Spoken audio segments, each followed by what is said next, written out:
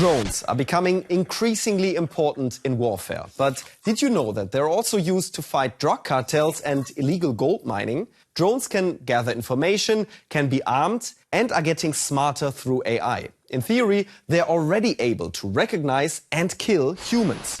The new possibilities and great risks of drones today on Shift. From filling up to heating to shopping, costs keep climbing, and these could be the reason why. In its war with Israel and the US, Iran is using swarms of affordable drones, also targeting energy infrastructure in the Middle East. But why is Iran using them, and what exactly can they do? After being attacked by Israeli and US aircraft, Iran has retaliated by targeting Israeli and American installations.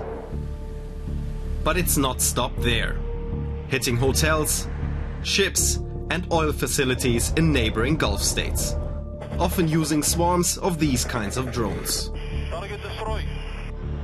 Iran has been building cheap military drones for years. One example is the Shahed 136 kamikaze drone. About 3 meters long, it costs a few 10,000 euros and can fly up to 2,000 kilometers. Its warhead weighs around 40 kilograms and the drone can navigate almost entirely on its own. Humans only need to program the target coordinates. Newer versions even have infrared cameras and simple AI systems that allow them to navigate when GPS is disrupted. Often, Iran will launch entire drone swarms to force defenders to use up expensive conventional air defense missiles like the Patriot system. As a result, many states are looking for more affordable options. One such system comes from Ukraine. Interceptor drones like the P-1 Sun or the Sting. They cost only around $1,000, have a range of up to 3,000 meters and are controlled using VR glasses. Thanks to their high-speed infrared cameras and AI-assisted targeting, they can intercept attacking drones by ramming them in mid-air or using small explosives. They're designed to be cheaper and faster than what they're meant to counter. These drones are even cheaper and can be bought in a regular store for just a few hundred euros. A 3D printed mount and a hand grenade are all it takes to repurpose them for military use, as seen in Ukraine. Lacking conventional weapons, the country has repurposed consumer drones, drastically changing the course of the war. Both Ukraine and Russia use drones to attack targets deep behind enemy lines, as well as at the front, where a drone can appear at any time over a span of 20 to 30 kilometers. Military experts call these areas kill zones. For soldiers at the Ukrainian front, drones have been a huge game changer. Heavy equipment like tanks can be clunky, and soldiers often struggle to advance safely. Benjamin Wolber of the European Defence Tech Hub has been following Ukraine's new strategies. We've seen a change from centralized large regiments, large groups, to decentralized warfare, small groups, hiding in dugouts, advancing during night or during fog, and using fundamentally different tactics as we had it before. These drones are affordable, precise and easy to repurpose. So-called first-person view drones, originally built for hobby racing, are especially common. They carry explosives and can destroy expensive targets like tanks. The pilots follow the drone's flight via video feed. The drones can travel distances of 20 kilometers or more, depending on their equipment. But this also creates new risks. Europe is facing the question of how to effectively defend itself against drones. As drone sightings over airports in Denmark and Belgium and some temporary airport closures have shown, this is an urgent issue. It also has a psychological effect of the civilian population being not sure what's going on. Can our government, can our army protect us? It sparks fear. One way to counter drones is called jamming, which involves disrupting the drone's radio signal so that the pilot loses control. The Danish company My Defence develops jamming systems that can be used to protect airports and other critical infrastructure. We have a detection of a drone, and the drone is coming closer to our alarm zone, And as soon as it breaches, an alert goes off, and then jamming will start and really try to push the drone away. In Europe, business in the drone sector is booming, and makers are also continuously improving their devices. To avoid jamming, they've created so-called fiber optic drones. Their thin cables, up to 50 kilometers long, connect the device to the pilot. As long as the fiber stays on and does not break or get teared, you see what the drone sees, and your enemy cannot hack your communication link. AI-controlled drones are yet another option. These drones can identify targets on their own without any human input. In the Ukraine war, they are becoming increasingly important. An AI arms race is already underway. The Trump administration has announced it aims to achieve drone dominance and wants to exploit the full potential of AI. It sees ethical concerns as obstacles and has stopped working with Anthropic after the AI company refused to give up its ethical guidelines. These prohibit the use of its AI Claude for mass surveillance or in fully autonomous weapons. But other AI and drone makers are continuing to work with the US military, with results both impressive and unsettling. Early January 2026. A German-American manufacturer is demonstrating what its AI-assisted combat drones can do at a US Army exercise in Florida. After a soldier determines the targets, in this case several tanks, multiple drones take off. Guided by AI, each one is flying towards a different tank. You no longer need pilots. There's no manual control. Instead, everything is automated. And the drones each hit a target during the exercise, in this case rubber tanks.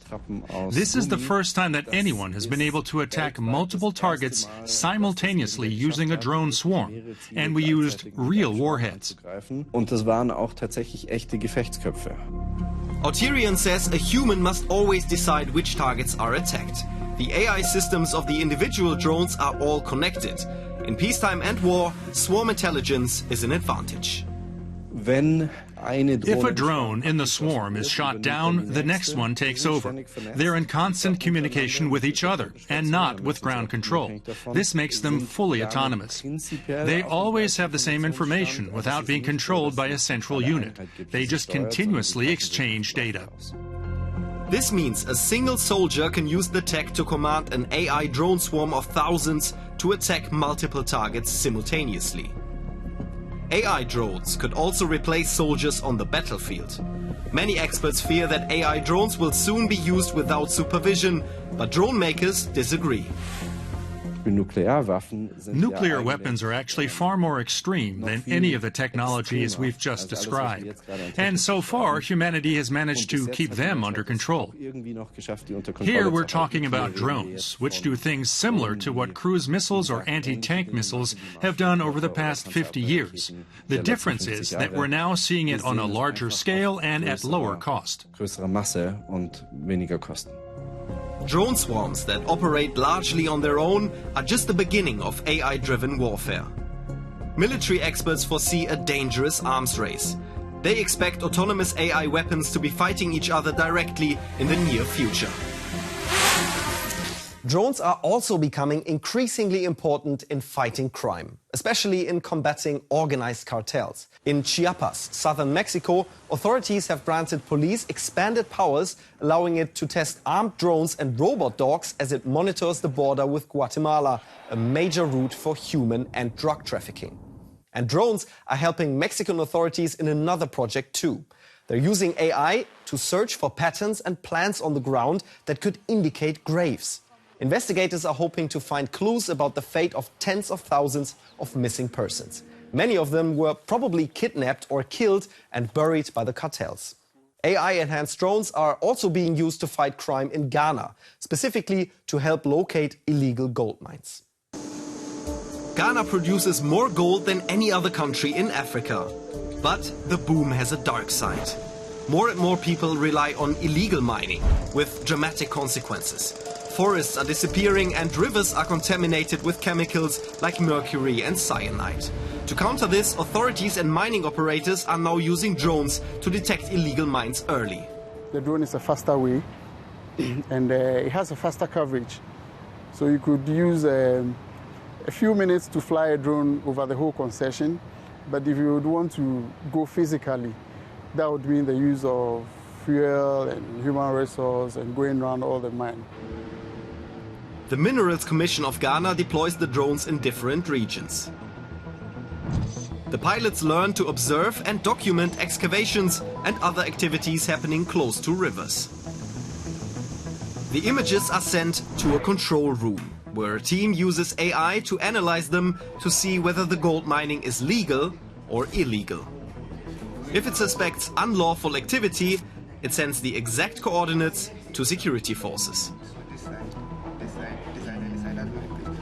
In years past, where there wasn't any aerial view or any AI, you just go by word of mouth. You get people to tell you, oh, there's illegal mining happening here, and before the task force get there, there's no one there. So with this, we're able to get precision, like point blank, the location and the precise location of all these illegalities. Since the drones also capture the excavators used in mining, officials have an easier time telling who's involved, whether the mining is legal and where the extracted materials are going. Because high prices are making gold mining increasingly attractive, experts expect a further rise in illegal mining and smuggling. Drones are supposed to help stop the trend. So, AI allows drones to help detect and fight illegal activities. But it also turns combat drones into highly efficient killing machines. Organizations like Stop Killer Robots fear the technology may not always distinguish friend from foe and that humans could lose control. They demand a ban on autonomous weapons. But the trend is currently moving in the opposite direction. What do you think? How dangerous are AI drones? Let us know and see you next time.